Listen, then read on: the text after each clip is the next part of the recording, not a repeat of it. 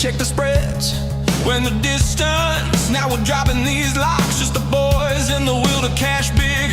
So many times, it happens too fast. You trade your bankroll for glory. Don't lose your grip on the almanac pass. You must bet just to keep it alive. So the pick is in it, it's the thrill of the line. Dialing up to the challenge of the books, and the last known survivor starts his edge in the night. And he's watching us all. The pick is in. Face to face, out on the air, hanging tough, staying sharp. They stack the odds, still we take to the square for the win with the skill to survive. The pick is in it, it's the thrill of the line. Dialing up to the challenge of the books, and the last known survivor stalks his edge in the night. And he's watching us all. The pick is in. The pick is in.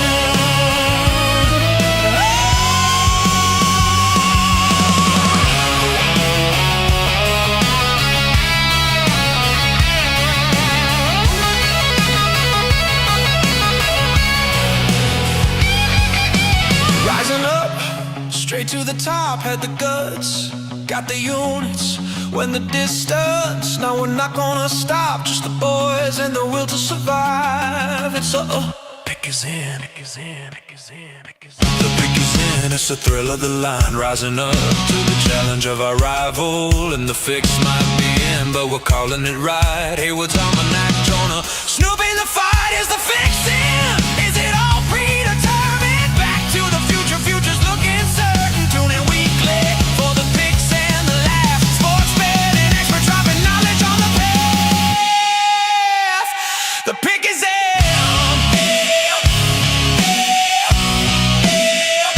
The pick is in.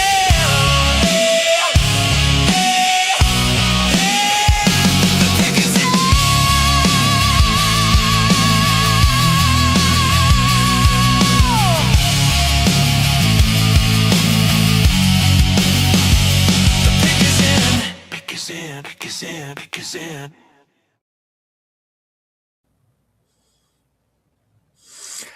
Hey, happy Thursday. What's going on? All the great people out there. Thank you for tuning in. My name is Heywood. I'd like to be the Almanac. This is the Pick Is In podcast, NBA Week 3. Thank you for joining us. We're live on all of our platforms, YouTube, Rumble, Facebook, Twitter. So cheers to everybody at home. Appreciate y'all. Got to get one in. And like I said, I am the co-host here on the Pick Is In. We have a great show loaded up for you. I have another co-host. My brother, the great Snoop Von Poop is here with me. What up, SA? Hey, you get an applause. Snoop gets an applause. I do? Yeah, I do? yeah. I do? Snoop Let me gets hear an it. applause. Thank you. What's up, Snoop? Cheers to you, brother. Hey, cheers to you, sir. Salute. Actually, you know what?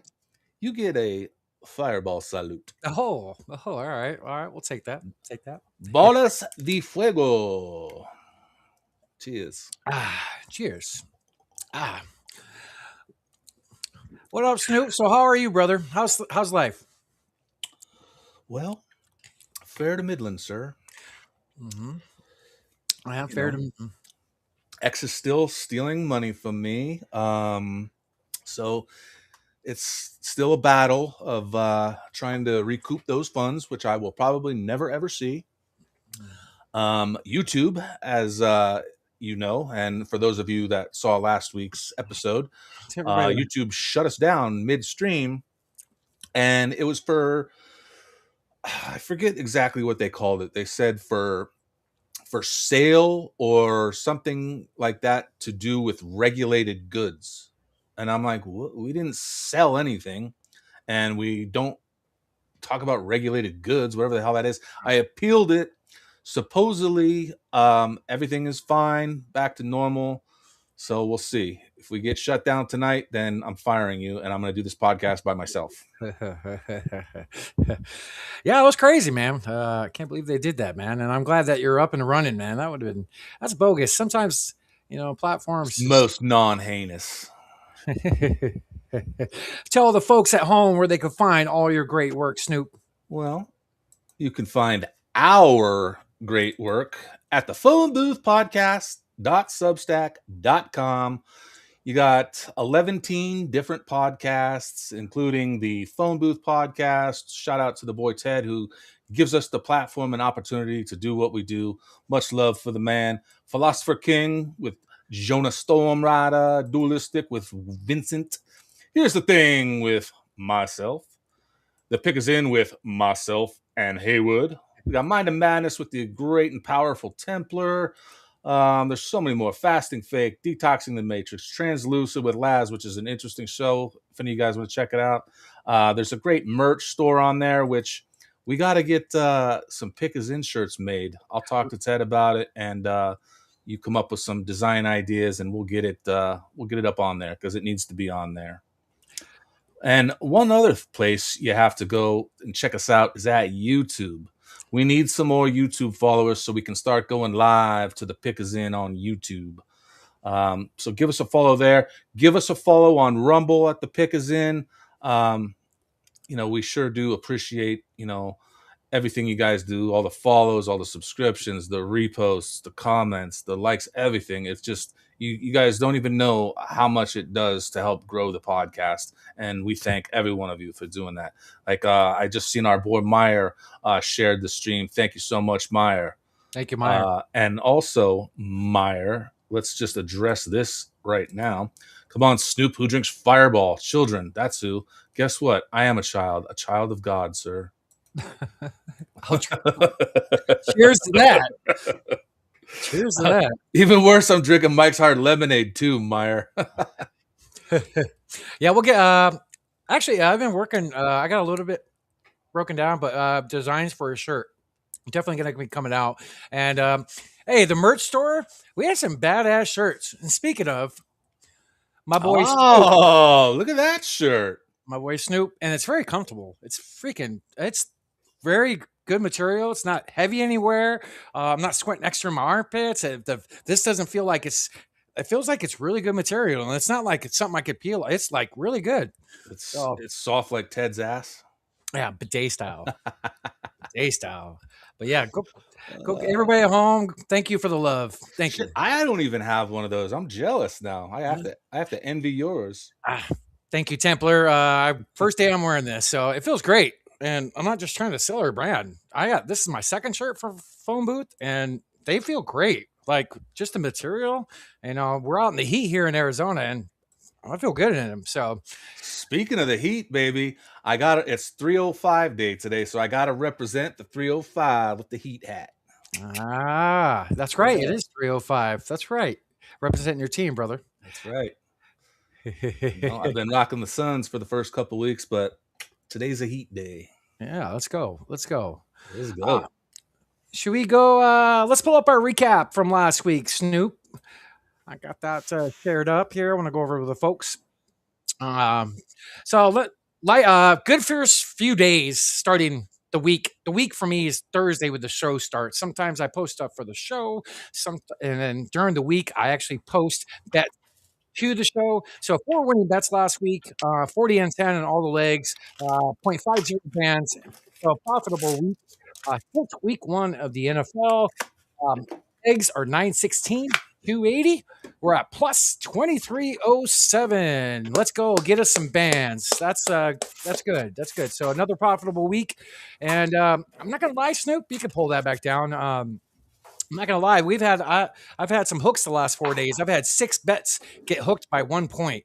So I think it might be time to maybe just reflect a little bit because we are in silly season. There's a lot of players that you are getting different minutes, teams tanking. So I might not have a bet for tonight because I don't feel it. And I'm just trying to be strategic. And anybody that knows me in the past, anytime I do, it's always a good thing that if I need like a day or two break or just to reflect, it's always a good thing. So my job at home is to help bank management as well. So that's our recap. Another winning week. So I think that's like 5 or 6 winning weeks in a row for the show. Let's go. That dang old tanking, man. They gotta get an end to this shit because it is really annoying. And you know what pisses me off about it more than anything is like, you know, if you're a fan that buys a ticket to the game, you want to see your favorite player play. You don't want to see your favorite player get benched. You know, why are we paying these guys millions and millions and millions of dollars to ride the pine? You know, that's not fair. It's not fair to the fan. It's not fair to the people that are spending the money, hard-earned money. You know, let's be honest, man. It's fucking expensive to go to a game. You know, the fucking parking alone is $40. Yeah. I mean, the tickets used to be fucking $10 back then, you know, when we were kids. Right. No, now parking alone is $40. And you haven't even set foot in the fucking not only that, the $40 parking is a half a mile from the arena, and you gotta walk. Totally right, Snoop. It's a little ridiculous with the tanking. Hopefully this offseason they fix it. I still love the NBA product, and like I said before, the NBA product could be more dominating than it should be, or that it is. They just gotta hit the right points, man. It's all about the fans. We're spending tons of money to go to these damn games. And like you said, it's expensive. It's an arm and a leg to go, man. Totally right. Shit, it's almost cheaper to give up an arm. It is. I can give up my wiping hand. I got a Lux bidet. Before we go on your news, Snoop, I got something I want to share just real fast. I want to pull up records for the teams coming in tonight. We got a heavy slate loaded up for tonight at the NBA. So looking at the current standings going into tonight, our Suns has been slipping, but they're in a very good stretch of the schedule. I expect them to win 4 or 5 in a row going forward. The schedule is a little bit weaker, but it's kind of bunched up here. OKC still the top dog, but San Antonio has been hot, man. They're 9-1 in their last 10. They're a team to look out for. So the Suns are only what? Let's see here. 3.5 games from the 4 seed, you know. So we're right there. We're right there. You know what? Let's be honest. Booker's been out. Green has barely just come back. Injuries have really gotten to the Suns, which also breaking news, Mark Williams out. Yep. What did you say? 2 games, 3 games? 2 to 3 weeks, folks. Just 2 to 3 weeks. Just announced before the show. So I want to pull up the Eastern Conference real fast, Snoop. I got that loaded up on the same screen. I'll scroll up here. Go up to Eastern. But yeah, our boy Williams is out. He's out 3 weeks. Just got announced. It's not on the foot that he was struggling with this year, earlier in the year with the injury. It's his bad foot from years past. I think it's the left one. So that's actually something we got to look out for because he's had problems with this. But going to the Eastern Conference here, Detroit's been balling 8-2 in their last 10. Boston, New York, Cleveland, Toronto, Philly, Magic. The Heat is up to 33 wins, Snoop. They're in the A spot right now. But hey, those Miami Heatles are only 2.5 games out of the 5 spots. So anything can happen, you know? That's right. And then one team I want to talk about a little bit later is the Charlotte Hornets team. They've won 6 in a row. They've climbed. It's good to see when some of these younger teams get better. They killed Boston last night by like 29 points. And then as we go into, let's see here. I have it up here. Maybe not. Nope. I'll go into the playoff picture. I'll bring that up here. So same screen. Did you have a starter Charlotte Hornets jacket in the 90s? Yes, I did. Who didn't? Who didn't? Right. And you know why? Because every other team was sold out. So you had to get that. I had a Sun starter jacket and I had a Hornets one. I remember buying it at Sam's Club, I think in 1994, 95. But yeah. I had a dope ass one that they gave us when I was a ball boy during the All-Star game. They gave us special All-Star starter jackets, and they were sick, man. Those were sick, and they still look good now. Yeah. That's my dad had a one he wore for 30 years, dude, and took good care of it. Those things last. They doesn't rip. The patches doesn't come off. They were good stuff. But I pulled up the the playoff picture here on the screen. It's just in a nutshell, just showing you what we're looking at coming into tonight. The Suns are in that playing game. Your Heat as well. But like you said, anything can happen. This is what we're looking at right now as far as the playoff picture goes. I think we got like 20, 25 games left in the season for all the teams. So that's what we're looking at currently. Snoop, you have the biggest news of the day. I do. But before I pull that up, I would like to ask you, who do you think takes the East this season? Just your opinion. Like, who do you think? My mind's changed as of this afternoon. Is that because of the news that I'm about to break? That doesn't sway my opinion at all, but I'm going with the Knicks. Even though my beloved Heat could easily beat anybody in a series. So, I mean, don't count them out. They might be a sleeper team in the East, but I like the Knicks this season. Just like last season, I thought they were going to go. Indiana played great last year, though. So right. Hey, that was I like that pick because New York's a team I bet on a couple weeks ago on the show. So I like that. That's who I've been standing next to the last few weeks. So pretty good. What you got, Snoop, for the people? What's the biggest news of the day? Breaking news. Boston Celtics All-NBA star Jayson Tatum will play this season and could make his debut on Friday against the Dallas Mavericks, less than 10 months after surgery for a ruptured Achilles tendon. Ooh, that's big. That's big. That's big for the Celtics. It's amazing that less than 10 months and he's already coming back. What? I mean, this is wild to me. Do you think he's coming back too soon, or has medicine gotten that much better where, the recovery time is less? I mean, what do you think? I'm glad you brought this up, actually. So like back in the day, it took, a year and a half. Medicine has changed. So 10 months is actually considered long now. They were super safe on putting him in, like hold him off. I think he's prime, ready to go. Now he's going to, need to get in shape, play game style. Minutes going to increase. But medicine has advanced. Achilles ain't what it was. And I know I tore mine. That's what ruined my basketball career when I was younger. Like, we didn't have the medicine that we do now. Like, I remember I had a brand new pair of CB34s. I had to get them cut off. My ankle was like that big. And I never recovered from it.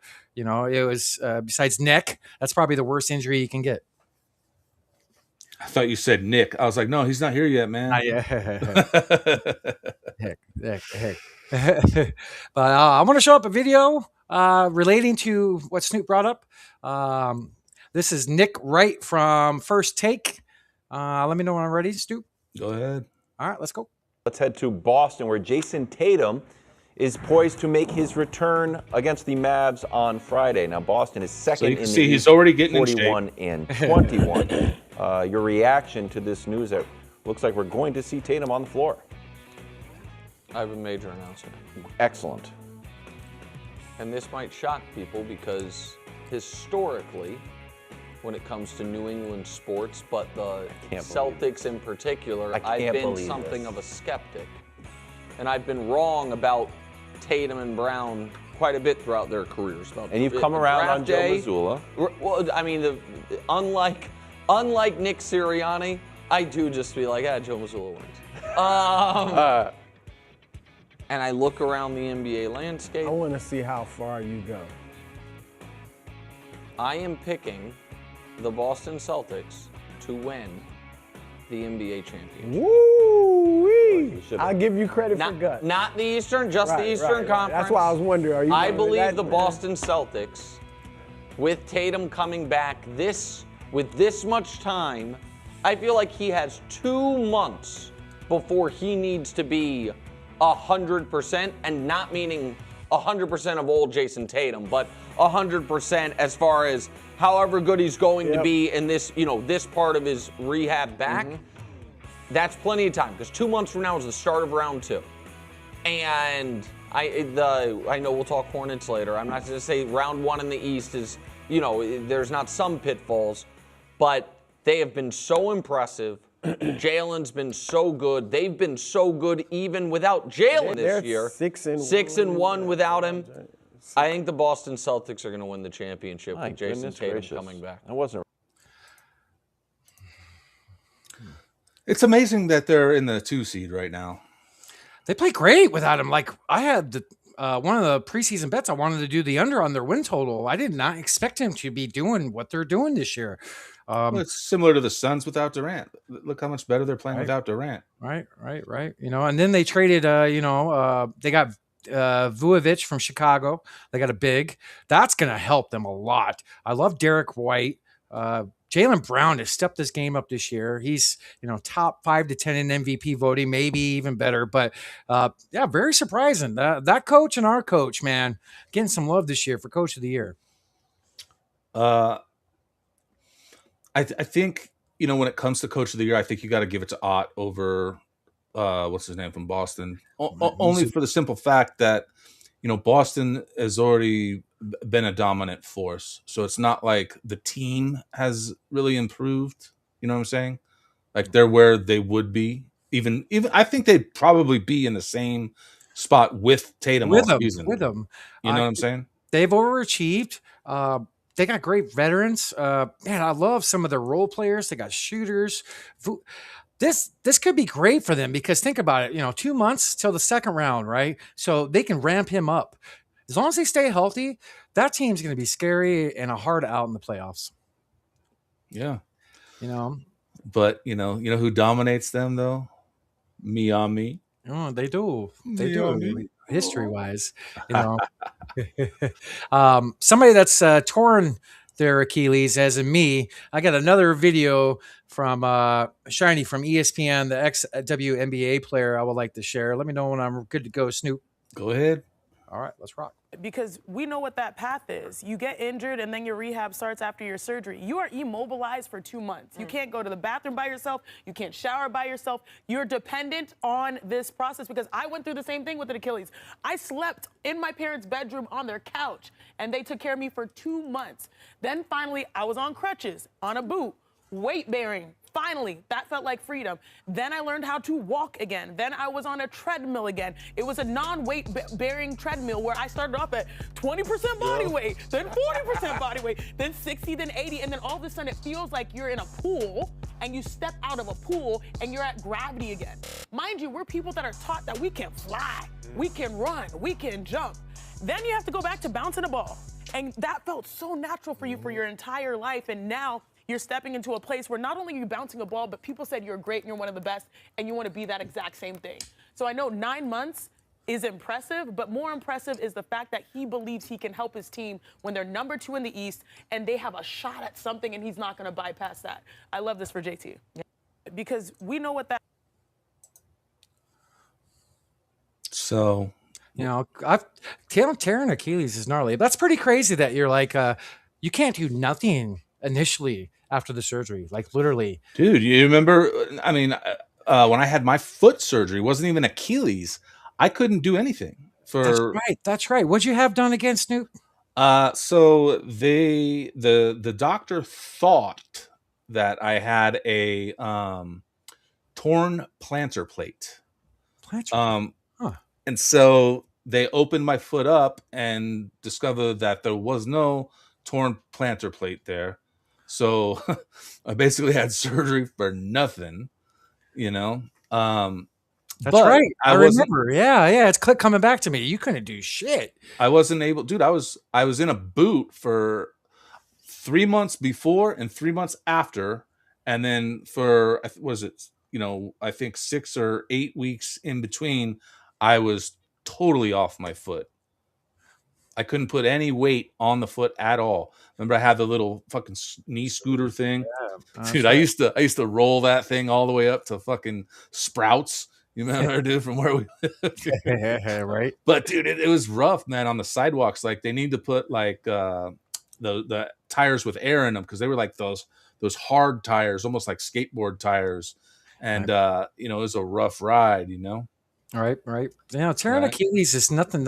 It's hard freaking work to come back from. Like, I wasn't a great athlete. I I wasn't like that took everything explosive out of my arsenal. Like I've played basketball with you. I know. yeah, yeah, I know, I know. But ooh, Snoop, who's here? Somebody's at the door. Ooh, oh, the one and only Nick Wilcox. What up, Nick?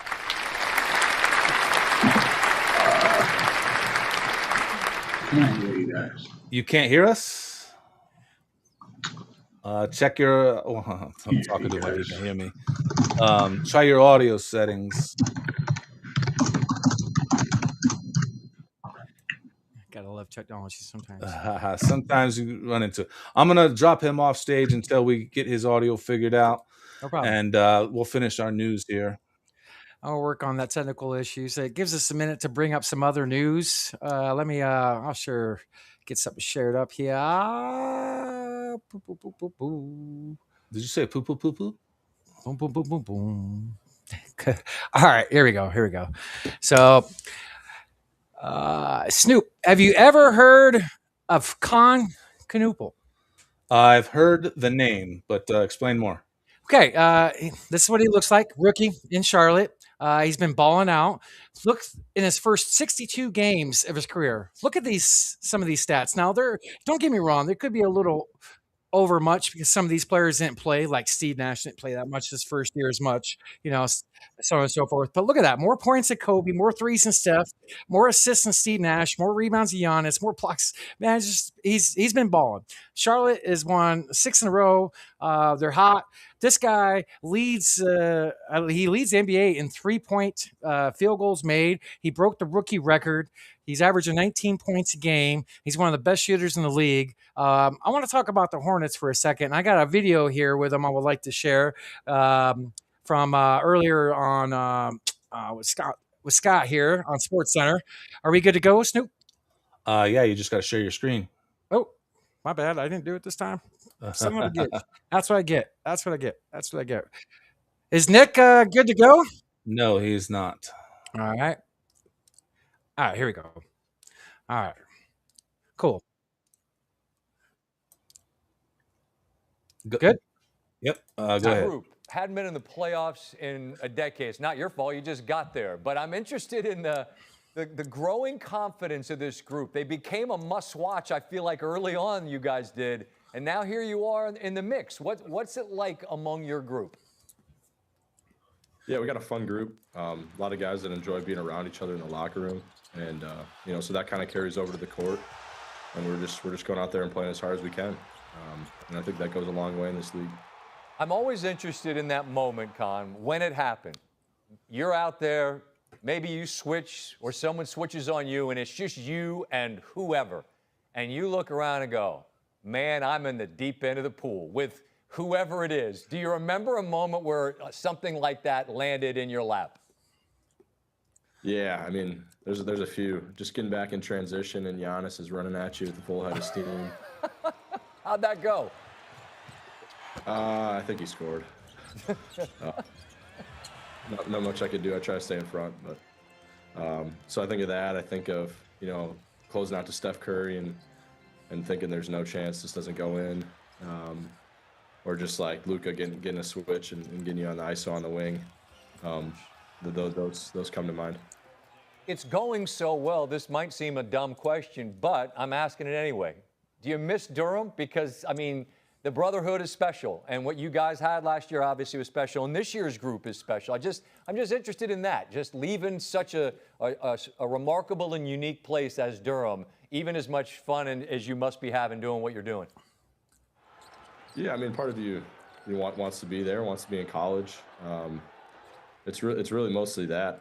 Obviously, the basketball will be fun, a lot of good relationships there, but it is a quick turnaround being there 1 year. Really only having 1 year after high school, and then you're a pro, you have a job. So yeah, I definitely miss that aspect of being there and being on campus. But I like it where I'm at. I understand, of course. But I mean, Durham's is a special place. Speaking of Durham, there's a graphic we got up right now where the guy that entered the league, the overwhelming favorite to be Rookie of the Year, is now looking up at you. You're the favorite there over Coop. If you get it, I wonder what kind of crap you could talk to your boy. Yeah, I mean, he's just got to get back healthy. Of course. Yeah. So I hope I love him. So I hope he gets back soon. I want to see him out there. But definitely maybe a little crap talk. This group hadn't been in the playoffs. All right. We got somebody at the door, Snoop. Yeah, Let's try this again. Oh, we got somebody here. Who is it, Snoop? Who is it? Oh, my boy. My brother from another. The one and only Nick Wilcox. What is up, dude? Hold on. Nice to see you, sir. Let me get a cheers in here with you. Salute. Can you hear us? We can't hear you. Can't hear you. Your microphone. Gentlemen. Oh, there you are. There you are. Cheers. Gotta love technology. Oh, boy. What up, Nick? Yeah, seriously. How's it going, guys? Going well. Welcome to the show. Co-host of the Fantasy Football Show, writer for Fantrax, and guest appearance on Sirius XM Radio from time to time. My boy, fresh off Indianapolis, covering the NFL Combine. Yep. Dude, how was the Combine? Oh yeah, Combine was sick. I got some things I'm going to be dropping for it. Got a few interviews lined up as well. So just stay tuned. Just take a little bit more time just to make sure everything's more crystallized with my takes and stuff like that from it. Nice. But definitely stay tuned.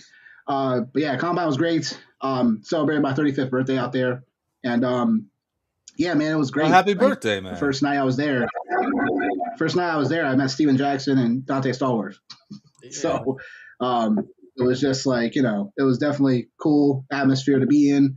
I got some of my media friends out there as well, so it's like semi-annual thing as well. Because I'm sure I'll see them again at some point later on in the year.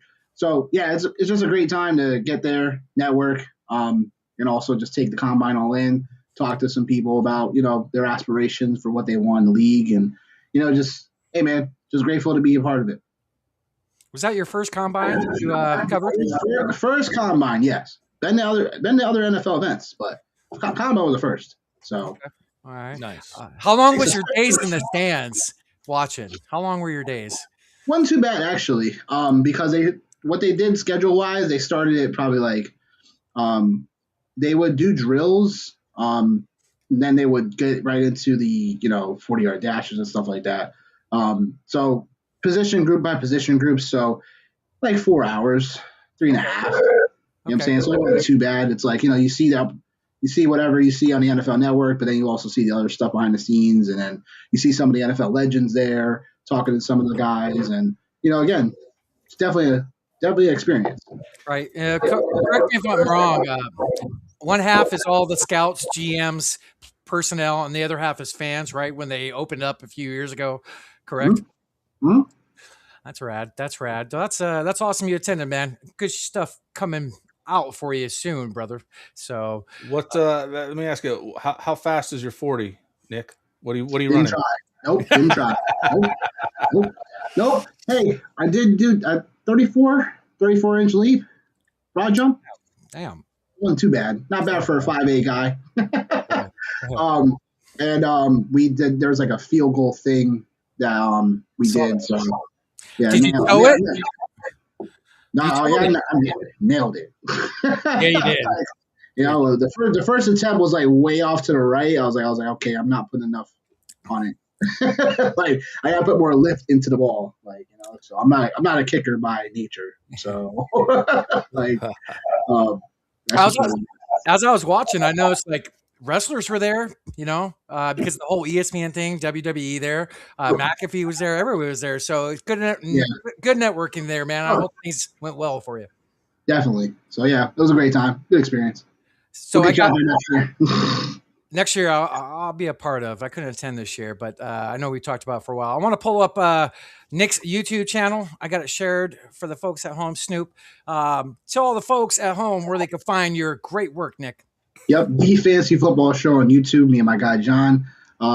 That's on. You can find us on TikTok as well. You can find us on Facebook. Everything you need, one-stop shop for fantasy football. Probably next week or so, we'll probably be dropping some things for free agency and stuff like that, takes, and either where guys may end up, or we'll just have some reaction on what that looks like. And then, like I said, I got a couple of people that are going to be on discussing some of the either the combine or like we'll talk about just the draft in general. Our guy George Ruggiero, shout out to him. He's always someone that comes on with us and breaks down some of the stuff too. So we'll compare notes and stuff like that, because I'm not the biggest into college football. But I obviously know, what I'm saying, certain things, and then he'll dive into it. Like, he's more of like that tape bro from college football. So George is always great to have on. So we'll look to have him on in a couple weeks. And then a couple of my media friends will be on as well, just talking ball. Again, either reacting to free agency / like talking about the draft upcoming and potential rumors that might be coming about. So a lot of cool stuff on the horizon upcoming. And then obviously, that will dictate to how we see things from a fantasy lens early on. I know people are doing best balls and stuff like that too. So we'll have a sprinkle of that in there as well. So, hey man, football is pretty much like 24/7. So right. Dude, what's going on with Johnny Main? He doesn't like basketball or what? Oh, Johnny loves basketball. He's just okay. Everybody has a schedule. Everyone has a schedule. Thursday night's busy for him. Everyone has a schedule. Yeah. You know how that goes. So sometimes, it's just, that's how the schedule goes. But ask him. He'll be on. All right. There's always open invitation, Yeah. Show the love. So before Snoop, you have anything you want to bring up, or we can go straight into Nick's work? Well, I mean, let's finish the basketball news, and Nick can be a part of that too. So. All right, you got something you want to pull up? Yeah, dude. Let's talk about your boy SGA. Before we get into the real topic, I wanna bring this little nugget up right here. He's out. Yeah. Oh man. Seen some of the top teams in the East recently. What is this? What's your impression of this Nick team after playing them tonight? What the hell is he wearing? Good team. This is the first time I've seen it. Obviously a good offense. Then they have really good defenders. I think you lost a bet. As well, so they're well balanced. They're obviously I think you lost a bet. What the hell, dude? We don't even have to listen to the interview here. But dude is out here looking like Steph Curry. Like, well, I mean, what the hell? I don't know what that is, dog. Like, I don't know what that is. Bro, I seen him walking into the game wearing that, and I was like, what the fuck, dude? And then in the little post-game, press conference, it looks even worse. Like, dude, what happened to the days when players would wear suits? You know what I mean? Like, they would wear a suit to the game. Suited and booted. It's Snoop's out here covering fashion styles. Well, as you know, I'm an expert. It is strange. That is really weird. It's very interesting to wear. Nick, real talk. Is he hard to watch because of the ref thing, or does he manipulate the refs? What's your opinion? Well, I love SGA's game. I ain't never gonna say nothing bad about his game. It just, sometimes, we had a period of time. You go back to James Harden when it was like with the Rockets and stuff like that, where it was like, he would get every call and he'd get every scoring opportunity. So that kind of reminds me of that right now, to be honest. But at the same time, like, there's only so much the refs can do because, the game is constantly going in a way that's like, favoring the offensive player all the time. So it's, everyone wants to see more scoring, more points, more threes, this. So everyone's like, some of the old school players like, we should put caps on the 3-pointers. Like, I just don't see it that way. It's like, you think it's that's the game is fun, and unfortunately, it's like, it's con to people, efficient teams. Like, sometimes with Boston when they're shooting a ton of threes, it's like, they're not going to stop shooting threes because they're not hitting them. Do you enjoy that though? Like when these players are just chucking up threes left and right? Like, do you think people want to see higher scoring games? I mean, I don't like that. It's a double-edged sword, right? Because one part of it, we're complaining about, too many threes, this and the third, and there's so many points and not enough defense, whatever. But it's like also where it's like, you have too much defense, it's going to look like a baseball game where it's like, there's only so many runs are going to be scored and stuff like that. So it's a catch-22 double-edged sword. I think in terms of how we can kind of even the playing field a little bit, I do think that I think it was Barkley talking about like you should only get so many attempts in threes during a game. That can make things a little bit more interesting. I don't know about that because if the game's close at the end, and you're out of threes, you can't shoot it. Let's say you got 1 second left in the game, you're out of threes, but you're down by 3. Like, I don't know. That's not a great idea. No, it's not. But I'm saying in general, like it feels like any solution that is right now, at least that's come up, it doesn't sit well with anyone, and it's just like everyone's in a tizzy no matter what's brought up. So that's where it's like, it's basketball is about decision making too, and that's where people don't really understand as well. It's like basketball is a game of wits as well. So that's what makes a player like Chris Paul so good, Yeah. So I mean, again, and we're in a position basketball era. You know what I'm saying? So it's like you're gonna have their 7-footers just now shooting threes for no reason, stuff like that, because they're open, they think they can hit it. Stuff like that. But it's part of the progression of how things have gone for the NBA.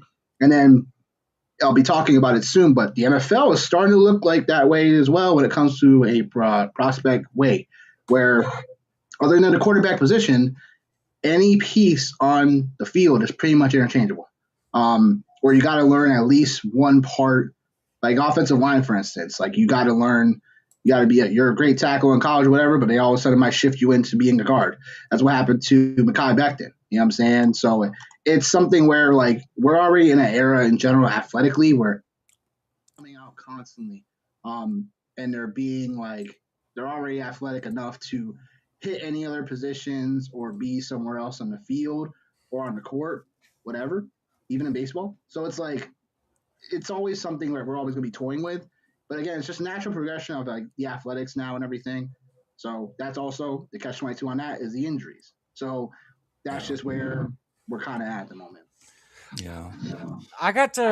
So this is what I'll say. I'm more old school, but I do kind of like the run and gun because that hits home with my sons in the 2000s and even in the late 80s. I like the run and gun, the shooting. If they just made a little bit more threes, I think that would bring more entertainment value. And B, I love SGA's game. I don't like the ref's game when it comes to him, but I don't like the complaining from some of these big superstars in the NBA. It's hard to watch Luka, in my opinion. Like, I can't stand watching him because all he does is complain and bitch and stuff like that. But SGA's game, he doesn't like do that part. It's just, like I said, it's all about, your attributes, what you bring to the table and stuff too. So that's just kind of how things have gone so far. Well, do you think that he's a free throw merchant? SGA? Yeah. Because I have this clip that I want to bring up. So if you get the call, you got to make the shots, right? So like I said, in my opinion, it's the same vein as when we talked about James Harden, like about 6 years ago, whatever. When he was in his era, you know what I'm saying, in Houston and stuff like that, and he was getting all these calls, whatever, and everyone was calling, talking to as SGA, where it was like, oh my gosh, he's getting every call, or oh my gosh, this, like, da-da-da. James Harden can't play no defense, da-da-da. So it's like I said, it's the same noise I heard years ago, so it's not really bothersome for me. It's just, again, like, sometimes you can't control the refs giving calls or not calling calls, whatever. It's just something that, like, well, that's true, and I agree with that. But look at this. Go ahead. What? I said they have this referee report that they look over every game. You know what I'm saying? So it's like after a while, it becomes like, come on. It's like you guys are not even taking that shit seriously. I have a ref clip to pull up after this, but let's look at this play from I believe this was last night. 42% from three.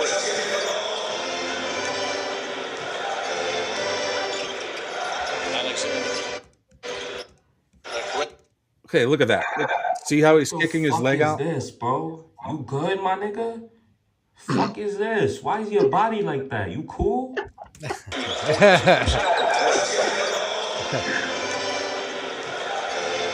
lot of players do the leg kick out now, man. Yeah, this is nothing new. It's nothing new. It's nothing new, but but it shouldn't be allowed. The leg kick thing is definitely like discretionary depending on like who's calling stuff, because again, we've had the other side of it where, we haven't given, the offensive player enough space where the defensive guy closes out and all of a sudden they're in that space. So we've seen this before. You know what I'm saying? Like, listen, I'm pretty sure that all of us played ball growing up, and I don't ever remember taking a jump shot where I did a fucking karate kick while I'm shooting the ball. It's something newer, Snoop. I play ball. I was a big baller. I never did that. This is something that's recently, last 15, 20 years. I don't remember Mike doing it. I don't remember Kobe doing it, maybe till later, but I think it's more of a newer thing. Yeah, I don't know. I don't like it. Yeah, it's not the same NBA we grew up on. I know. All right. I know. Not the same NBA we grew up on. All right.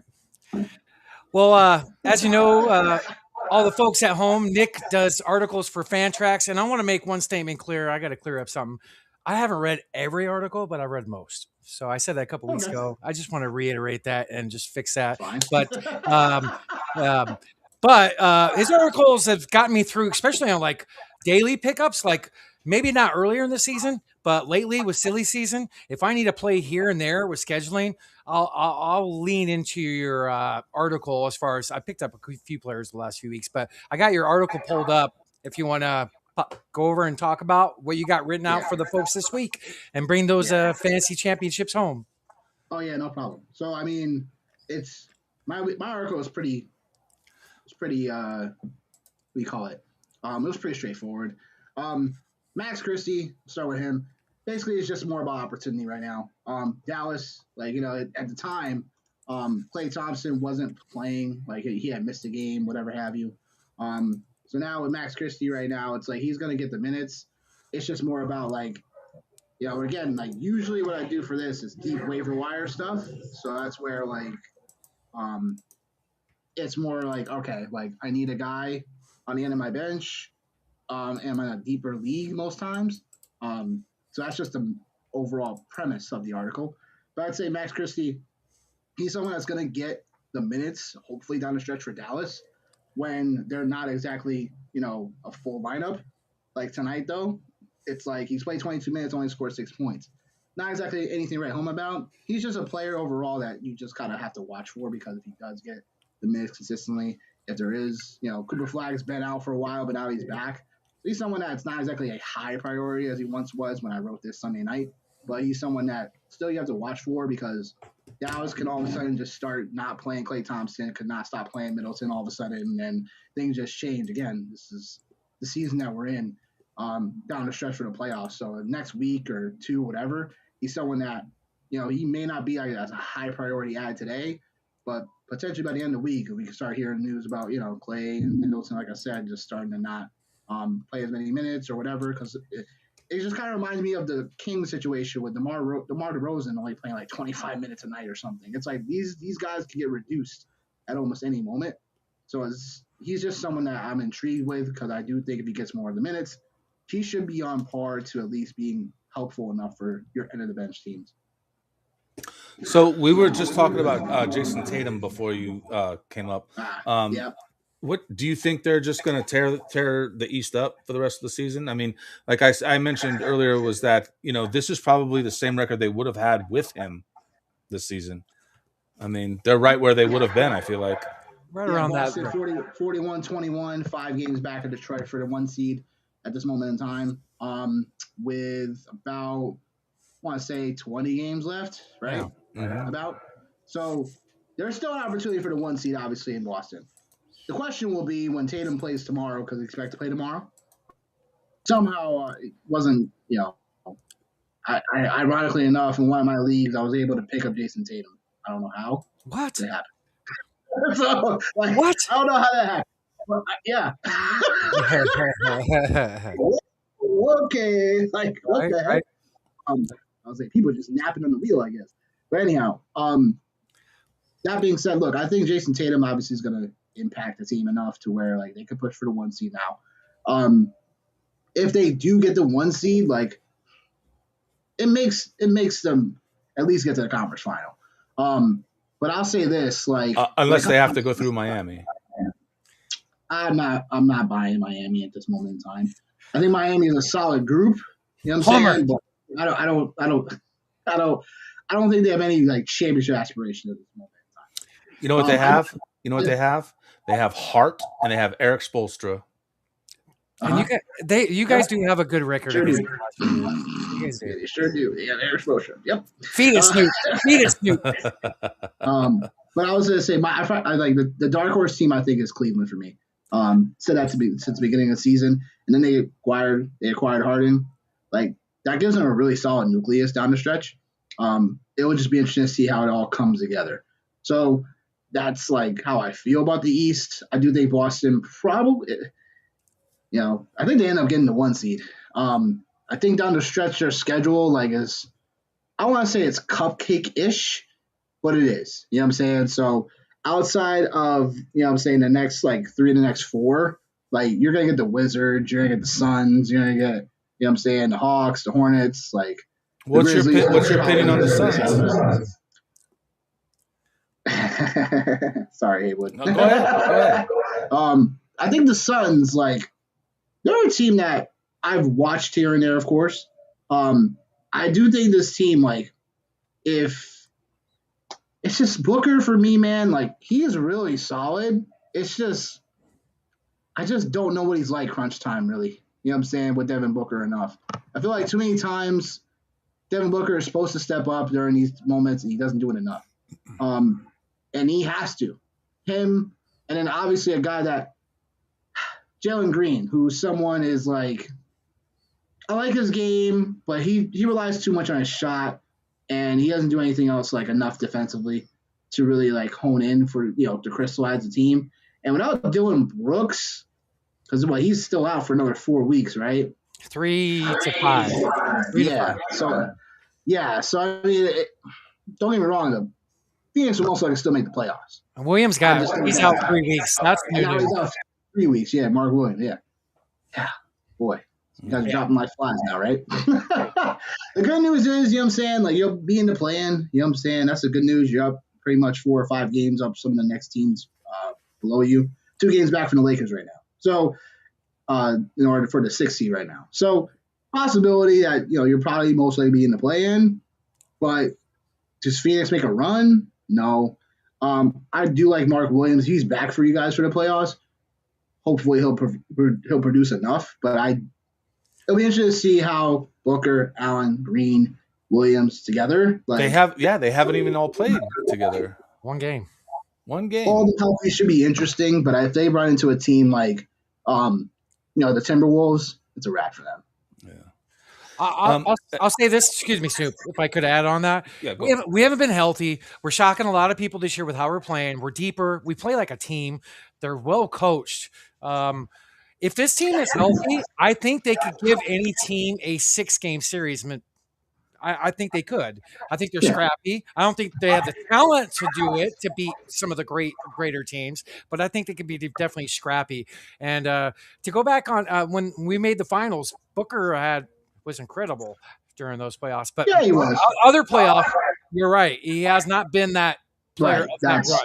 And that was when you had Durant come on, you had Durant before, you know what I'm saying? And you had, him and Durant and Beal, that didn't work out. So there's, like I said, with Devin Booker, he's someone for me that is, people want to call him a superstar, but for me, he's just a star. Well, you know what Phoenix is lacking is a true point guard. I mean, they have Gillespie right now. He's good. And he is arguably the most improved player, for the NBA. But if they had that true point guard like they did with Chris Paul, then they went to the finals. They played great. Yeah. I mean, they called him out of retirement real quick. Hey, Chris, you still want to come back? He's too old. Yeah. Still want to make a run for this playoffs? That's surprising. Minnesota should have called him. It's there. Yeah. Just because he's retired doesn't mean he wouldn't pick up the phone. But you still in shape? You're still playing? Yeah. We'll get ready for the playoffs in a month. All right. Hey, Nick, real quick, do you have headphones? No. No, because there's this crazy audio interference that's been messing me up. I was trying to fix it and figure it out, but do you have something you could throw on real quick or no? If not, we'll deal with it. We'll get through it. But if you have, What are you hearing? It's some. I hear us like it's like a really bad echo, which is why I was trying to figure out if we could turn off echo cancellation or something, but it's just not fixing it. Like it's really bad echo. Settings. No. I've already went through all the settings. If you got headphones and you can throw them on, it'll fix it all. But if not, we can power through it. It's all good. You want to pull up? Let's go through the rest of this article. I know we got sidetracked with some NBA talk. We don't get to talk to Nick too often, and this is nice just talking ball. I like this. But yeah, talk about the rest of your article, brother. Okay. What I was gonna say was some Max Christie. So Larson, for me, he's somewhat still out there in some leagues, which is kind of weird. Because Larson's seen the minutes and he's someone that has produced. Before writing the article in general, like he had seen at least 32 minutes, 5 straight games, and that was the return of Tyler Hero. So we all know what Miami does. They love to run rotational pieces constantly, and finding out what sticks. That could change at any moment. But with Pell, like he had been someone that had just been really consistent for teams that are like with deeper rosters. So he's someone out. If he was somewhat still out there, it would make sense to pick him up. Derek Jones and then Taylor Hendricks. Taylor Hendricks is someone that had caught my eye since he had first been drafted because he loves getting steals and blocks for you. So he's someone that would make sense. Derek Jones, same thing. Especially now with Harden gone, that kind of leaves some usage up, especially with Garland kind of getting back up to speed with the Clippers. So it made sense to prioritize one of those guys for the specialty categories and steals and blocks, stocks. Makes sense. And then Walter Clayton, he's someone that you got to watch for the Grizzlies. Just got word today about Ja Morant still going to miss another 2 to 3 weeks with the elbow. But the guard rotation with the Memphis Grizzlies, they have a ton. It's still a lot going on. Javon Small, like he's someone that I was telling people to go pick up because I like his game, but then they didn't play him the other night. I'm like, what the heck? I know, right? Silly season. And then last but not least, the last guy I rolled up was Nick Richards, and he's someone that he has a vanilla game, but every once in a while he can have a double, and that's something that you can't always get off the waiver wire. So Nick Richards was the last guy I wanted to highlight.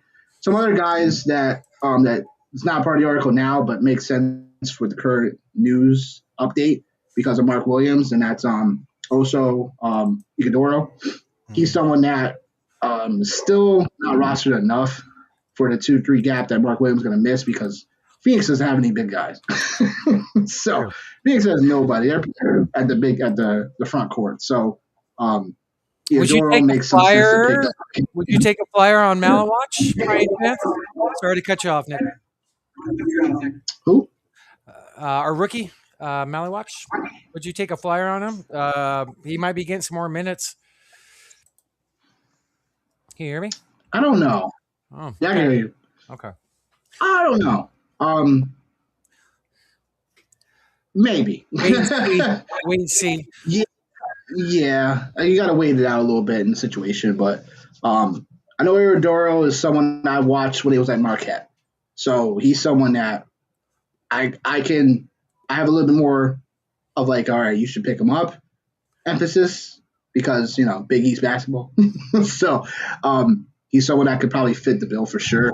And still, I see him only rostering like 20% of leagues. So if you have an end-of-the-bench guy and you're looking for a guy that's going to get more minutes, here's the opportunity. So what do you think about, what's his name? On Memphis, Prosper? Am I saying this right? He's a player that's a spot start. That Memphis team got a lot of young talent. Yeah, that's Memphis for you. Memphis got a lot of things that are just – I feel like they're just kind of, throwing crap at the wall and let's see if it sticks or not. So I think Prosper is solid. I just think, like, his game, like, 1 minute where, like, he's, like, great when it comes to the stocks and everything, but then all of a sudden, like, the points and rebounds doesn't always come together, like the other night. We played 24 minutes, but only scored 2 points. So it's like, so he's one of those type of players for me. it's like, man, he is kind of up and down, up and down. So it's just one of those situations where you just gotta, if you need someone in a spot start, like you're missing, if you're playing daily and you're overall needing someone just to play in and plug in for the night to see what happens for upside purposes, sure. Long-term stash, I'm not overall like excited about him long-term for the rest of the season. But again, he's someone that's going to get a ton of minutes. He had 33 the other night. So it's just something where you may want, but depending on the options on the waiver wire, I'm not running to grab. Okay. We're in week 1 of fantasy basketball playoffs. Well, at least for me, I am. It's already the for playoffs? you. Yeah, not me yet. Yeah, last year, for some leagues, apparently, yeah.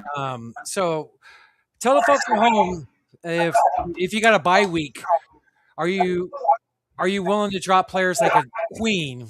Are you Alexander from Atlanta just to get an extra spot start on one of your days? No? Okay. All right. Still keep your studs. People that got you there. Nope. If you have a bye, I'm not. All right.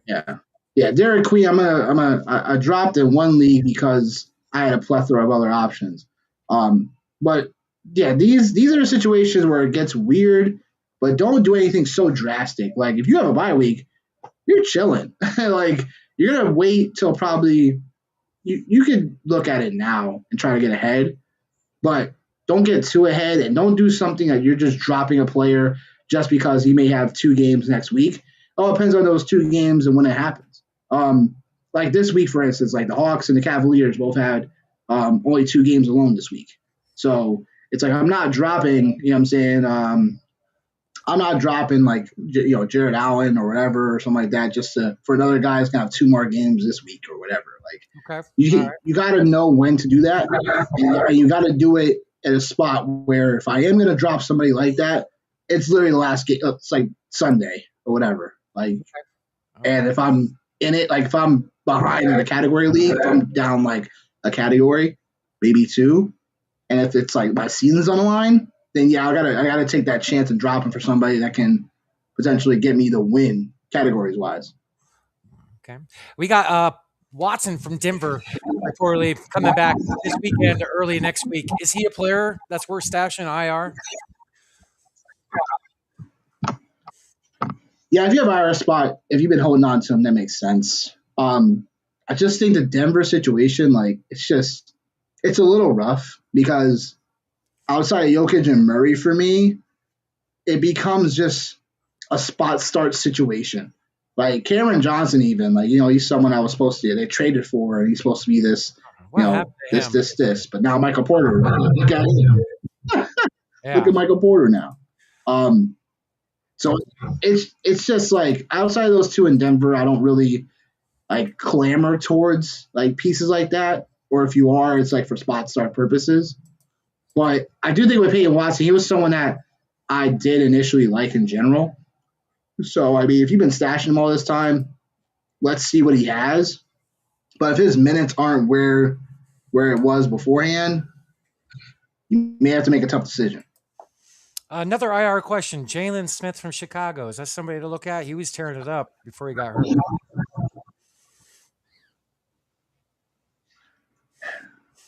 He's someone I wouldn't stash for the IR spot if you're making choices on that. Because I feel like someone like Jalen Smith is kind of just like Nick Richards. Like I know, Jalen Smith was doing his thing. An opportunity is there, but he's someone that if he's stashed already, he's stashed already.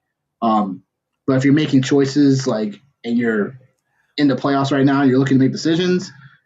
If you got to cut him, you got to cut him. All right. So you're in 3 leagues. You playoff bound in all of them as of right now, brother. Let's go. Win that title. Yep. Let's go. Easy money. Is that the name of your team? The one I care about most is my dynasty one. So. What? Points league category. What is? There's a lot of back. Oh, points league. All of them. Okay. All right. And what's the name of your team? Snoop was asking. Oh, they're all East Coast Renegades. No, I was asking, is it Easy Money? Is that the name of your team? Oh no! But East Coast Renegades. It is East Coast Renegades. All right. So on Twitter, Nick_Wilcox25. Go give him a follow. His article drops every Monday morning for Fantrax. Go win that fantasy championship. He'll bring it home. Check out his YouTube as well, like we showed out earlier. He's got some stuff in the works coming out off season from all of his coverage of the combine and then some. Nick, dude, thank you so much for being here. Snoop, you have any other things you want to discuss with Nick? I mean, I didn't have anything ready, but you know, I always enjoy talking to you, man. You know, I don't do fantasy, you know, like fantasy's not my bag, you know, like I don't know. He plays fantasy football and he beats me pretty regularly. Why? It's too okay. Why? Like I do football, you know, for fun, you know, but Yeah. basketball, Sure. it's too much work. It's too much work for very little reward. No, it's not. It's very little reward for me. I would never ever even come close to baseball. Fuck that. But no. Baseball's too much. I'll be Baseball's honest. too much Do for you me. want to know something Baseball's about too me, much. dude? I tried fantasy basketball in the 1900s. I want to say like probably 98 or 99. Really? I didn't know this. Yeah, no, I attempted it one time and I was like, dude, this is fucking wild. Like, so I'm not into it, you know? I'm barely into fantasy football, but I can at least tolerate that. It's easy. I can set my lineup once a week and it's easy to flow through. But I mean, basketball, you have to be on top of it every day because shit happens every day, you know? It's too much. It's too much. I got too much going on, man. I'm busy. Dude, I got 3 podcasts, bro. I can't. No, I host 3 podcasts, man. Well, Nick, I want to respect your time. We're up to like 40 minutes. I know you said up to 45. Anything else you want to tell the folks at home? There you go. Appreciate you, Nick. And freaking, I don't have anything else to talk to you about. You covered a lot of stuff. Give people at home some nuggets of what they need to hear. And appreciate your time. Cheers to you, brother. Hey, yeah, cheers, Nick. Hey, and I'm bummed, man. When you came out here, you met Heywood. You didn't get to meet me. So, hey, we went to Grayson Allen's best game. Remember You live that? in Chicago, right? Huh? You live in Chicago, right? You live in Chicago, right, Snoop? He did. No, he lives out here. He lives a couple miles from me. Actually, he lives like 5 miles. I'm from Chicago. So blame Heywood. So blame Heywood. I barely see this guy. You blame Heywood for that one. I always do. That was You blame Heywood on that one. Yeah, you can definitely blame Heywood on that. So fuck you, Heywood. What the fuck? Because Heywood gave me the special treatment and everything. So. Dude, I lived with Heywood for like 4 years. We were roommates. Yes. Yeah, that was a great. Nick, that was fun. Grayson Allen's best game. We're going to be like 20 years from now. We're going to be like, remember Grayson Allen hitting 12 threes? What was it? Like 12 or 13 threes? But that was fun. That was crazy. Anyway, that was nuts. Anyway, hopefully get you on next week. Talk a little fantasy. I appreciate your time, Nick. You're always welcome to come on, brother. Your family here. Yes, sir. Much love. Have a good night. Everybody at home, go give him a follow. Follow this great man's work. Thank you, brother. We'll see you later, Nick. Peace out, guys. Later. That's awesome. That was good. They're giving me shit. Gotta love it. Yeah, he's fun, man. I enjoy talking to him. He's good people, man. He's really gotta good. get that audio figured out, though, man. He's gotta get them headphones. I know, right? What was that? Well, that's what, that's just what happens when you have the audio coming through. Your speakers. It comes into the microphone too, and then every time we would talk, like it sounded like aliens, coming through. Yeah. And I tried to fix it, through the settings. I went in and he granted me permission, and I was going through the settings. I tried to fix it, but there was just no way around it. All right. So I want to talk a little bit of local something with us, brother. The next team we talk about has beaten the Lakers 132 times since 1968, the most by any one team in the NBA. Who's This that? The Seattle Supersonics? This team we're about to talk about has played the Lakers a record 13 playoff series in Western Conference history, the most all time. The Phoenix Suns. I want to talk about Kevin Johnson. It was his birthday yesterday. Happy birthday, KJ. The great mayor of Sacramento. Is he still mayor? I don't know if he still is, but he was for a while, wasn't he? Right, he was. But yeah, it was his birthday yesterday. One of my favorite players of all time, one of the greatest point guards of all time. I think he's very underrated. I got a video I would like to post and show the folks at home. Go ahead, hit play. That was one of the greatest dunks ever. But it was his birthday yesterday. I love him. He's nominated to be inducted, so hopefully he get in. He deserves to be in. For sure. Give me your thoughts, Snoop, about what comes to mind when you say KJ to yourself. What comes to mind? He is arguably my favorite point guard of all time. Ooh, love it.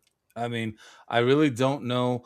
Maybe John Stockton is up there too, just because of his records, his accomplishments, everything Stockton did.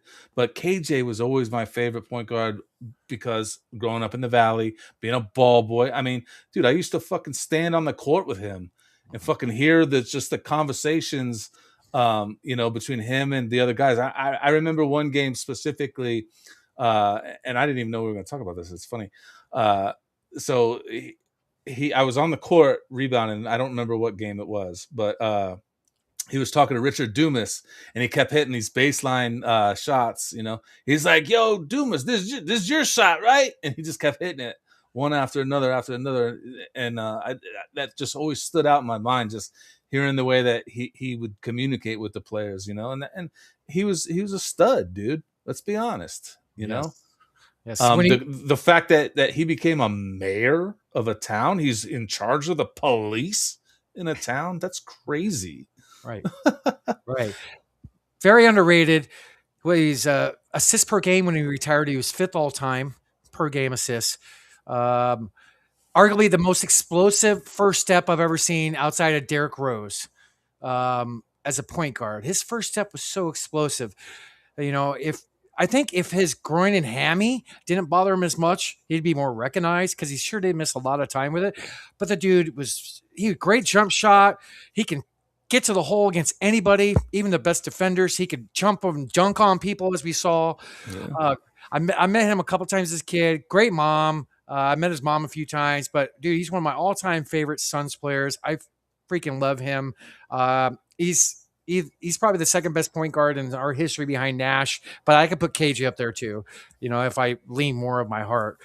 I love KJ. He was the man, dude. So before I was a ball boy, my neighbor, he was a saxophone player, and he did an event that Kevin was a part of, and I had given him a 1989 Hoops Kevin Johnson card, and he got it autographed for me, right?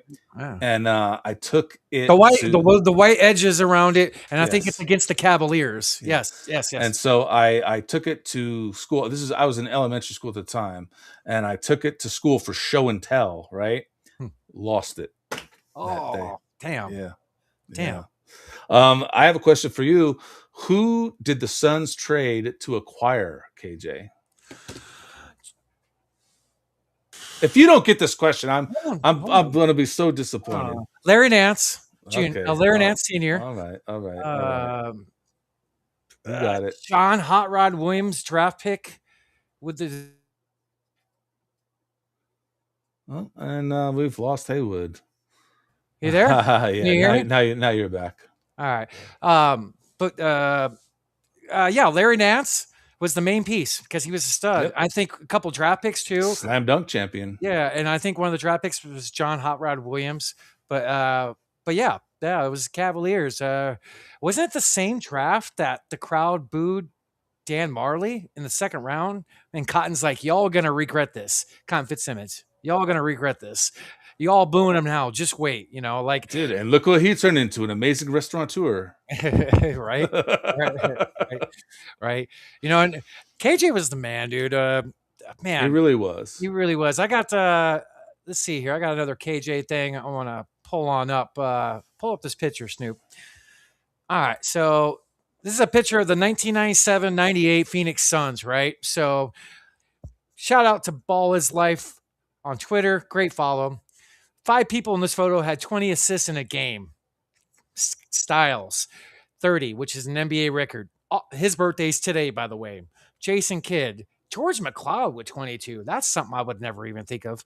But Snoop, I'm going to test you. Can you name people in this picture? Sure. I want to. I know you have some sense history, but let's check this out. Look at the middle, Snoop. 3 of the best point guards of all time was on one team. Yeah, you got. Well, let's start. Rex Chapman, Kevin Johnson, Jason Kidd, Steve Nash, and I'm not sure who 21 is. Is that McLeod? Who's that? Yep. And then is that Danny Ainge next to him? Yep. And then is that? I can't really see in the picture. Is that Frank Johnson? Yeah, I can blow it up a little more. And I don't know if that is Frank Johnson. Who is that? Yeah, that's Frank. Is that Frank? Is that Frank? Yeah. And then Joe Prosky, the great trainer. Yep. Top row. I don't know who the on the bottom. I don't know who the 2 are next to Chapman. That guy looks familiar. I can't remember his name. Is that Skiles right here? Yeah, I was gonna say. Okay, that's Skiles. I don't know who this is, Snoop. Yeah, I don't know either. Number 4, I don't know who that is. Don't expect you to know, but you should know quite Danny a few. Manning. Awesome. And shit, I don't know. The who first that is. Mexican ever in NBA history. He went to Grand Canyon State University. Oh, I don't fucking know. Horacio Lamas. That's not a Mexican name, but okay. Okay. Maybe it is. I don't fucking know. I don't know who 40 is. Okay. 18. Shit, I don't know. I said his name like 3-4 times in the last few minutes. Hot Rod. Hot Rod. Okay. Let me say this guy's name. Splifford Robinson. Clifford Robinson. Yes. I didn't know Hot Rod came to the Suns after the trade. Yeah, he came back later. We signed him as, Wow. I forget if it was trade or free agency, but later, yeah, he did. Wow. Okay. And then is that Finley? Close, but no. Who is that? Antonio McDyess. Oh, McDyess. And then that I'd be impressed if you get this. He was part of the Barkley trade. I'll tell you that. The second trade. Part of the Barkley trade. Oh, I don't know. Mark Bryant. Okay. Oh, okay. And then I don't know who the other guy is either. Milic, I think is how you say it. And it's either Dennis Scott or a guy named Washington. It's got to be Washington. I don't think did Scott ever play for the Suns? I don't think he did. He did. Did he really? Yeah, he did. He did. No way. But dude, this team it would have been fun to watch this team nowadays in the how the NBA is. Got one more I want to share. All right. We're gonna go over KJ stats. Just the people at home need to know who this guy is.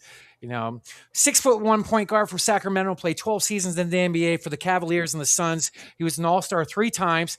He was an All-NBA honors team 5 times. Most improved player in 1988 and 1989. His stats are pretty ridiculous. This is for his career. I'm not going to go through every one of them, but I'm going to scroll down a little bit. So look at the assist, which is a lot. But right here, let's see here. His best years. I want to try to find it. 18. So 20.4 points per game, 12 assists, 1988-89. That's a gangster year. Yeah. 50% shooting. 95-96, 19 points a game, 9 assists. Look at his 3-point shooting right here. He wasn't even known for that. Yeah. 97 Suns, 20 points a game, 9 assists. And just so on and so forth. For 6 years, he averaged like 20 and 9, it looked like, or around there. This guy was gangster. He was just... He sure was. And here's some of his achievements. Okay, All-NBA 5 times. That's pretty impressive. So first, second, or third team. He should be more than a 3-time All-Star, but injuries. But anything you can add on that, Snoop? Yeah, it's a shame, injuries kind of hurt his career, and that happens to a lot of guys, including the great Larry Bird, yeah, I mean, KJ was so fun to watch growing up, especially here in the Valley. He really, before Barkley got here, I mean, he was the man, Nice. and then even with Barkley, he was still the man. And like I said, it's just like I have those great memories of just standing on the court rebounding balls for him, and I'd pass him the ball and he'd make the shot. I was getting the assist. Boom. Like, Was your interactions with him cool? He wasn't. I didn't hear much of him being an asshole. I never really talked to him, because that was one of the things is like when you're a ball boy, you have to be respectful. I was never allowed to ask for an autograph by any means, anything like that. And, it's just like you do your job. You go out there, you rebound the ball, you mop the floor, you do your job. You don't really interact with them. But at the same time, you are interacting with them. I would rebound for him. I'd pass him the ball. He'd make a shot. I'd pass him the ball. He'd make a shot. I'd pass him the ball. He'd make a shot, Was there any players that like say throw the ball this way with certain spin, like totally No, not like that? I Okay. never had anyone. I mean, I've had players ask things like, "Hey, can you run to the locker room and grab this other pair of shoes?" Or, "Hey, my bag is on the team bus. Can you run to the team bus and grab my bag?" In fact, during the All-Star game, the coach, what's his name, Richie Adubato. I'm not sure if I'm saying it right. I think he was Orlando Magic coach at the time. And he was an assistant coach during the All-Star game, and he was like, "Hey, I need you to go to the team bus and grab my duffel bag and bring it to the locker room," because he was going separate ways after the game. So, I mean, there was shit like that. In fact, I remember one game I was rebounding for the Philadelphia 76ers, and I was rebounding for Willie Burton. Oh wow, And that ASU player, yeah. he also played for the Miami Heat. Yep. So he was, one of my favorite players at that time. I was like, sweet, this is cool. And he was like, "Hey, can you please run to the bus and grab me another pair of shoes?" And I was like, "Yeah, no problem." And so I did. And then the shoes he was taking off, he was like, "Here, you can have these." Whoa. But I wasn't allowed to keep them. That was like, part of the rule as a ball boy. You're not allowed to accept those things. I probably could have finagled my way into keeping them, but I was young. I was like 14 or 15 at the time. So, I didn't know. But were you here when the Desert Classic was going on? Do you remember that? Absolutely. Yeah. So the desert. So something we had here in Phoenix back in the '90s, everybody was like in a college all-star game only for seniors. It was called the Desert Classic. Barely anybody went. Scouts went. GMs went. People, I had all access to it. Yeah, it was, my dad took me to every single one, and we've talked about this a lot. In fact, I have a stack. Probably 30, 35 pages of just autograph after autograph after autograph, because that was a different type of event. That wasn't considered a ball boy event. Okay. You know what I mean? So like, I would also have access to like all the other sporting events that would play at the arena. Like the Arizona Rattlers. Yep. And then there was the soccer team. I forget their name right now. Sand something. Sand Snakes or Sidewinders or something. I was gonna say Sandpipers or it was something. But like I could go to all those games and I had locker room access, everything. Like it was a great time. The Desert Classic was one of them. Awesome. I remember at the Desert Classic I was hanging out with Bill Russell. So we knew, dude, we got to tell the story. So we've talked about this. Tell your interaction, and then I'll tell you my interaction with Bill Russell. Bill Russell, I mean, there's really not a lot to say about it. Like I was just hanging out with him. I think I have his autograph on one of those stacks. Wow. Lucky dog. Yeah, just hanging out with him. But most of the memories came more from the Sun stuff, but the Desert Classic stuff, as far as like NBA players, yes. I remember talking to Bill Russell. But like with the Desert Classic, there was what's his name? Danielle Marshall, I think, was a big player at the time. I'm trying to remember the other players. So I want to reiterate to the people at home: every senior in the nation went to this camp. and just they play. He's talking about seniors in college, not old people. Yeah. Just for the record. Yeah, right. Nowadays, you don't have that with people leaving college. But the best players in the country, if you're a senior, played at this. Steve Nash, Kurt Thomas, the Barry brothers, like all kinds of. Burton went there. A bunch of guys just went there. Like I met everybody there. So my experience with Bill Russell, I told you this. It was the first time I heard my dad cuss. Remember? Refresh my memory. So Larry Bird and Bill Russell sitting 16 rows up scouting, and I have a ball, and I go up to him. Larry signs my basketball, no problem, gives me a fist bump. My dad's right next to me, and I'm like, Mr. Russell, it'll be an absolute honor if you can bless this basketball with your autograph. And my dad's right here, and he goes, $50, just like that. It was in 1995, and Bird goes like, and my dad goes, what do you do? What do you say again? What the fuck? Like I heard him cuss. I've never heard him cuss. Like he got mad at Bill Russell. And Larry even looked at him like, dude, it's a kid. I was like 11 years old at the time, 12 years old, something like that. But cool experience. So otherwise, the Desert Classic was awesome. Bumped in. That's one thing I'm going to dive into and bring up more stuff that never gets talked about by anybody. That was the shit back in the day. Is it still a thing? I don't even know if they do it anymore. Yeah. It was only like maybe 5 years. But it's kind of like almost like a combine. Yeah, in a way. You know? And how many times? One day I bumped into Brian Colangelo like 6 times in the arena, and he's like, "Man, you know this place better than I do. You've been here more than I have today." Like, it was just cool interaction. It was free, open to the public, very cool. Brian's cool. I used to see him in the offices all the time before I was a ball boy. Like I would see him in the executive offices, and I'll never forget one day, Mandy Colangelo, who is Brian's sister, Jerry's daughter, and I was on an elevator with her and Jerry one day, and it was like she was around my age. I think she was 15 at the time. And this is funny. We talked about Kevin Johnson. Yeah. She asked Jerry, her dad, she goes, "Can Kevin Johnson take me to get my driver's license?" Like she wanted KJ to take her on the driving test. I was like, holy shit. I was just like standing in the corner listening to this. And I'm like, what a spoiled little girl, dude. Like, man, imagine being able to say, "Hey, can Kevin Johnson take me to get my driver's license?" Like, right. What the fuck? Right. Brian was cool. I've always liked him a lot when I interacted with him. He was so cool. Ahead of his time back then. The creator of the burner phone, by the way. Yeah. But man, that was the time back in the day. He paved the way for Kevin Durant today. That's funny.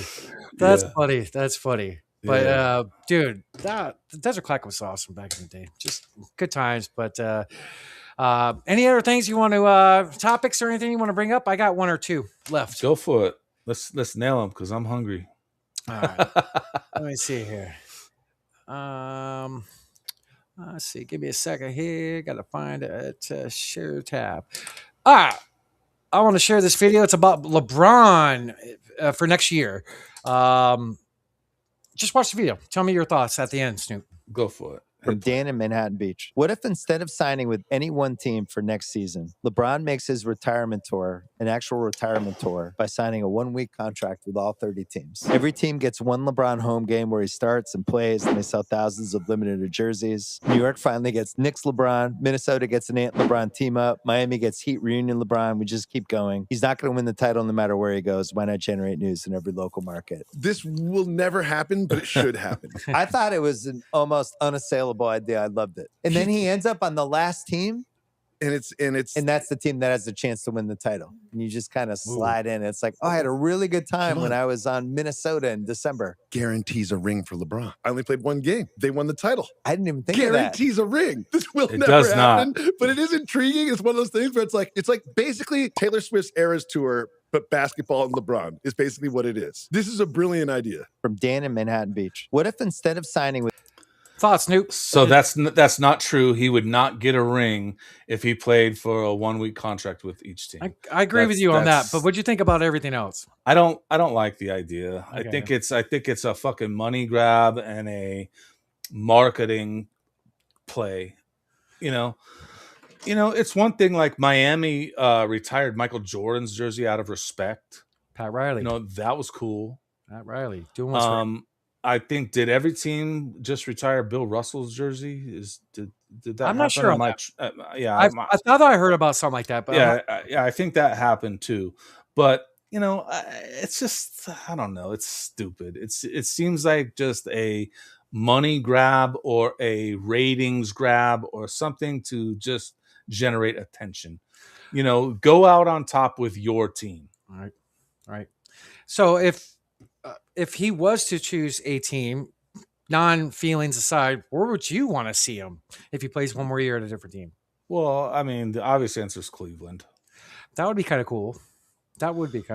I think it's kind of lame to just jump teams like that. Honestly, I'd like to probably see him just finish in Los Angeles. All right. Wrap it up. You're there with your son. I mean, what happens if he goes on this fucking tour playing for every team? What happens to Bronny? Right. Does he go to every NBA team's G League team? Right. Like what? I mean, I think the window might be missed on this, but I think the perfect situation that he wanted was to own and play on a team in Vegas with his son.